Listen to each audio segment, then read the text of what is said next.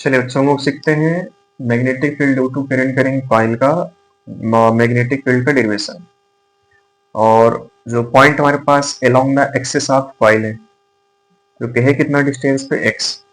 ठीक है, तो इमेजिन करो कि हमारे पास एक रिंग है, इसके सेंटर से यहाँ पर एक पॉइंट भी, यहाँ पर हमें इस रिंग का मैग्नेटिक फील्ड फाइंड आउट करना है।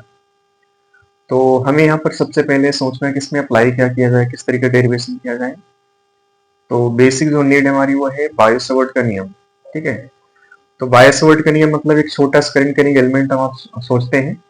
तो ये जो हमारे पास रिंग बन रही है इस टाइप में, एक छोटा सा एलिमेंट यहाँ पे डीएल डीएल डीएल ऐसे बहुत सारे एलिमेंट हमको मिलेंगे। ठीक है, और हर एक डीएल इस पी पॉइंट से बराबर दूरी पर, ये डीएल अंडर रूट ए स्क्वायर प्लस एक्स स्क्वायर, ये वाला डीएल अंडर रूट ए स्क्वायर प्लस एक्स स्क्वायर। तो मतलब ये जो स्ट्रक्चर बना कोन लाइक ऐसे।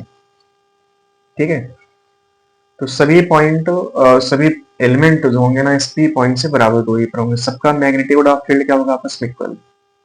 दिक्कत क्या है कि फील्ड एक वेक्टर है, और वेक्टर है तो वेक्टर को जोड़ने का तरीका दो तरीके से होता है, या तो आप डायरेक्ट जोड़ेंगे या फिर तो तोड़ तोड़ के जोड़ना होगा। ठीक है, अब कैसे हम डायरेक्ट जोड़ेंगे, कैसे तोड़ करके जोड़ेंगे। तो डायरेक्ट जोड़ने का मतलब होता है कि सभी वेक्टर अगर सेम डायरेक्शन में है, whether magnitude of vector be different, magnitude of vector अलग अलग है, उसके बाद भी उनको डायरेक्ट ऐड कर सकते हैं हम लोग जब वो सभी वेक्टर समान दिशा में सेम डायरेक्शन में। अगर वेक्टर की डायरेक्शन डिफरेंट है तो फिर आप उनको डायरेक्ट तो नहीं जोड़ोगे। ठीक है, तो उसके लिए आपको पहले चेक करना है कि इसका कौन सा कंपोनेंट कैंसिल हो रहा है, कौन सा कंपोनेंट यहाँ पर ऐड हो रहा है। जो कैंसिल आउट होगा उसको किनारे कर दो, और जिसके थ्रू रिजल्ट बनता जाएगा उन सबको हम जोड़ते चले जाएंगे। अब ऐसे तो इनफाइनाइट नंबर ऑफ वेक्टर आते हैं, तो आप एक छोटा सा वेक्टर का कैलकुलेशन कर लो, और इस इतने वेक्टर सबको आप सिंपल ऐड करते चले जाओ। तो इनफाइनाइट टाइम्स हम लोग नहीं ऐड करते, तो हम लोग क्या करते हैं उसकी जगह पर उस सांप जैसा सिंबल मतलब इंटीग्रेट कर लेते हैं। ठीक है, तो चलिए इसको डिराइव किया जाए। देखो, सबसे पहले एक छोटा सा एलिमेंट यहाँ पे यूज करो, एक छोटा सा एलिमेंट यहाँ पर कहीं, इन दोनों एलिमेंट में करंट की डायरेक्शन माइंड में थोड़ा सोचिए आप। ये हमारे पास कॉइल है और इसमें करंट ऐसे फ्लो हो रही है।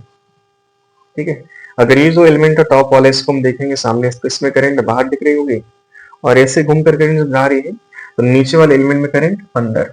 ठीक है, तो आप इनको जूम करके इन पर फोकस करो। जैसे एलिमेंट हमारे पास, इसमें करंट कहाँ पर है, बाहर, और इसमें अंदर। तो यहाँ पर हम डॉट का सिंबल बनाएंगे, और यहाँ पर क्या, क्रॉस।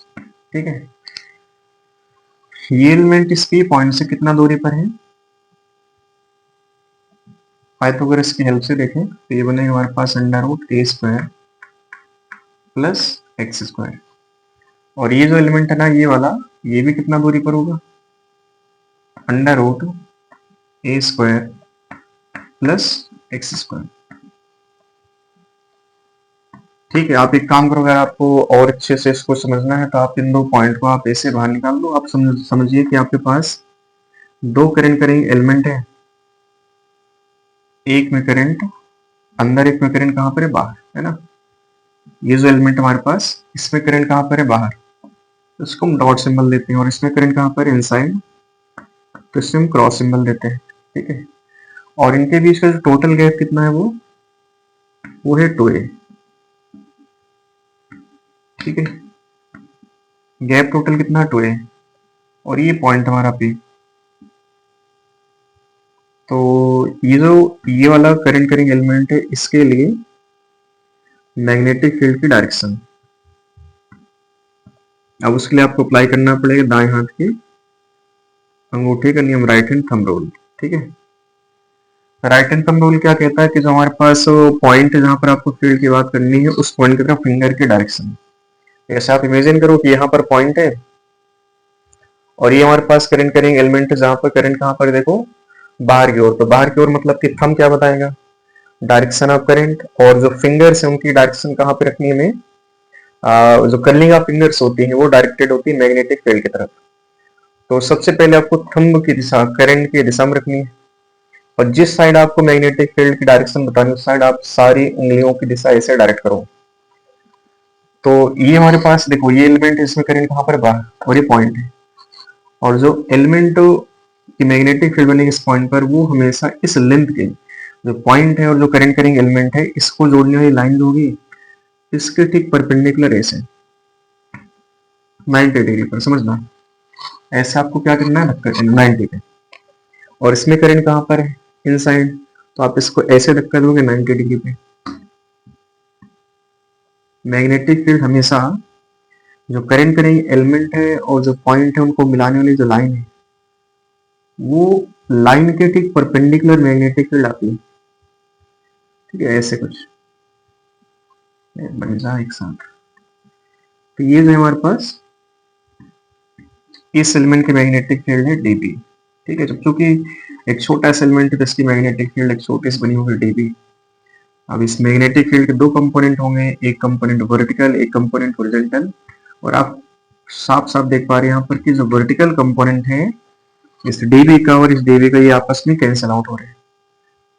और इस डीबी का ये जो क्षैतिज वाला कंपोनेंट है, हॉरिजॉन्टल कंपोनेंट, ये क्या है, टोटल फील्ड बनाने में हेल्प करेगा।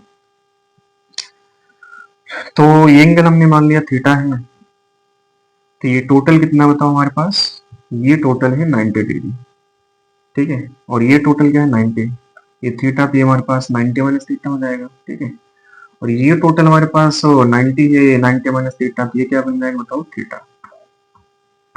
इस डीबी का ये कंपोनेंट क्या कहलाएगा, डीबी कॉस थीटा, और ये वाला कंपोनेंट क्या कहलाएगा इसका, डीबी साइन थीटा।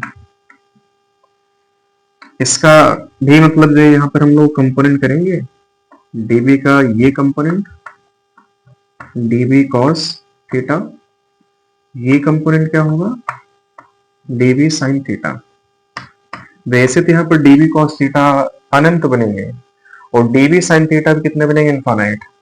और सभी डीबी साइन थीटा ऐड होते होते होते फाइनली टोटल फील्ड हमको मिल जाएगी। और सभी के जो डीएल एलिमेंट होंगे, इन दोनों का इस पॉइंट पर वर्टिकल कंपोनेंट खत्म हुआ, ये जुड़ गया। इसके ठीक सामने ये पॉइंट होगा, इसके मैग्नेटिक फील्ड का वर्टिकल कंपोनेंट, इसका वर्टिकल कंपोनेंट आपस में फिनिश। मतलब कि सभी का जो डीबी साइन थीटा है वो ऐड होता चला जाएगा और सबका dB cos theta cancel out होता चला जाएगा। मतलब यहाँ पर टोटल फील्ड कौन देगा हमें, डीबी साइन थीटा।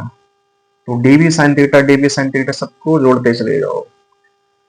और ये जो डीबी साइन थीटा है एक बार लिखा जाए कि इनफाइनाइट बार, इनफाइनाइट टाइम्स, क्योंकि कितने एलिमेंट बन सकते हैं, इनफाइनाइट। तो इनफाइनाइट टाइम्स आप नहीं जोड़ सकते, तो आप एक काम कर सकते हैं कि आप एक एलिमेंट की मैग्नेटिक फील्ड लिख लो और उसको फिर जो है सांप जैसा जो सिंबल होता है ना, मतलब इंटीग्रेशन, वो कर लेना होगा हमें। सबसे पहले हम डीबी की बात कर लेते हैं। डीबी कितना होगा, बायो-सेवर्ट का नियम हम यहाँ पर यूज कर रहे हैं, बायो-सेवर्ट लॉ। ठीक है, इसका जो फार्मूला था वो यूज कर रहे हैं हम लोग। ये था dB equal to mu not I dl sine phi, y कितना था ये 4 पाई आर स्क्वायर, आर इसमें ये चीज है। ठीक है, इसमें साइन फाई कितना होगा, देखो ये जो हमारे पास करंट करेंगे एलिमेंट, इसमें करंट कहाँ पर है, बाहर, और पॉइंट हमारे पास यहाँ पर है। तो इमेजिन करो कि हमारे पास ये करंट करेंगे एलिमेंट है और ये हमारे पास पॉइंट, इनके बीच एंगल कितना बन रहा है, ये 90 डिग्री। तो साइन फाई का वैल्यू कितना बनेगा हमारे पास, क्योंकि फाई कितना बन रहा है यहाँ पे 90। ठीक है, तो फाइनली हमारे पास dB आएगा mu not I dl by 4 pi R square. अब आर का वैल्यू यहां से आप रख लीजिए, dB कितना आ गया, mu not I dl 4 pi R square, मतलब कितना, A square plus x square. ठीक है, ये डीबी आज का है। नेट फील्ड हमें फाइंड आउट करनी है, तो ऐसे डीबी के जो डीबी साइन थीटा वाले टुकड़े हैं उनको ऐड करते चले जाना है। डीबी कॉस थीटा तो ऐसे इसका फील्ड खत्म हो चुका है, तो नेट फील्ड हमें लिखना है, मतलब कि B means dB sine theta का इंटीग्रेशन। अब इसमें जो हमारे पास वेरिएबल्स हैं, क्या है वेरिएबल, थीटा तो वेरी कर नहीं रहा, एक बार चेक करोगे आप, तो ये एंगल थीटा, तो ये भी क्या बन जाएगा हमारे पास, थीटा।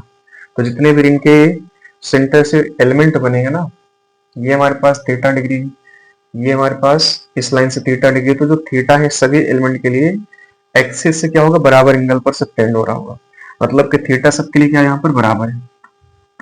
वेरिएबल हमारे इसमें क्या चीज दिख रहा है, डीएल दिख रहा है। देखो यहाँ से क्या लिखा जाएगा इसको, mu not I DL 4 pi a square plus x square. और इसमें साइन फाई का साइन थीटा एक वैल्यू रख लो। साइन थीटा कितना है, देखो ये वाली साइड कितना हो जाएगी एक्स, ये ए है तो कितना हो गया अंडर रूट ए स्क्वायर प्लस एक्स स्क्वायर। तो साइन थीटा वैल्यू रिप्लेस करो। साइन थीटा क्या है बताओ, परपेंडिकुलर बाई हाइपोटेनियस। परपेंडिकुलर कितना है ए, हाइपोटेनियस कितना है इसमें a square plus x square power 1/2। तो इसको देखो हम यहाँ पर सेम चीज लिखिए दो बार, ठीक है। इसका एक पावर इसका 1 है और पावर इसका 1/2 है, पावर ऐड हो जाएगी। ऐड होने पर पावर क्या बनेगी बताओ। अच्छा इसमें इसको हमें इंटीग्रेट करना डीएल को, ठीक है। अब बाकी सारा चीज तो देखो यहाँ पर कांस्टेंट है, करंट कांस्टेंट है, रेडियस ऑफ कॉइल कांस्टेंट है, एक्स भी कांस्टेंट है, तो बचा इसमें डीएल। और ऐसे इतनी भी डीएल डीएल छोटे छोटे एलिमेंट है सबको आप जोड़ते जाओगे तो टोटल जो सरकमफ्रेंस लेंथ होगी ना उसी के बराबर डीएल निकल के आएगा। तो डीएल का जो इंटीग्रेशन होगा दैट इज 2 पाई ए, ठीक है। तो डीएल को हम यहाँ से हटा देते हैं, यहाँ पर क्या लिखेंगे इसको 2 पाई ए, और ए पहले से यहाँ पर आ चुका था तो ये 2 पाई ए स्क्वायर, और बाई में 4 pi a square plus x square power 3/2। Pi ने पाई को मार दिया, ये 2 से 2 भी खत्म कर लेते तो यहाँ पर बाई 2 बचेगा, ठीक है। बहुत बेसिक सा डेरिवेशन और बहुत ज्यादा पूछा जाने वाला डेरिवेशन होता है ये, बहुत सारे बच्चे इसको रटते हैं, बट आज के बाद आपको रटना नहीं पड़ेगा इसको, ठीक है।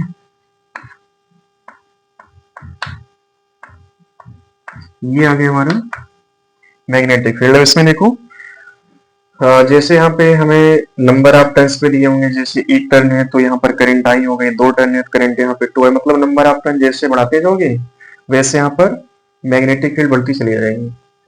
तो अगर हम कहें कि जनरली हमारे पास ऐसा केस है जहाँ पे n नंबर ऑफ टर्न्स दिया है, for n number of turns,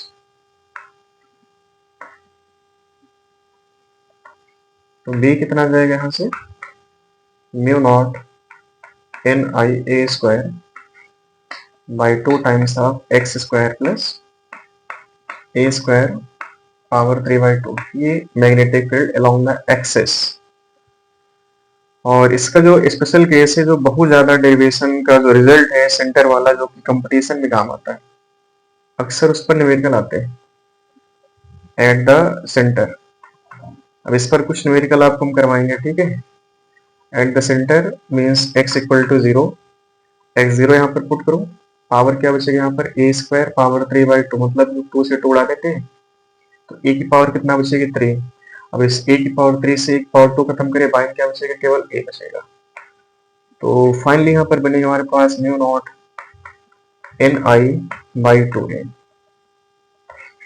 बहुत काम का रिजल्ट है, और इस पर न्यूमेरिकल कैसे बनते हैं कंपटीशन में, क्योंकि ये जो फार्मूला निकल के आया है ये और जो ये फार्मूला है, इन दोनों को वैसे कंपटीशन डेरिवेशन कोई मतलब होता नहीं है, बाकी बेसिक मैथ यहाँ पे जो निकल के आते हैं ना उसको सीखने का एक बढ़िया मतलब जो है डेरिवेशन के थ्रू मतलब मौका मिलता है।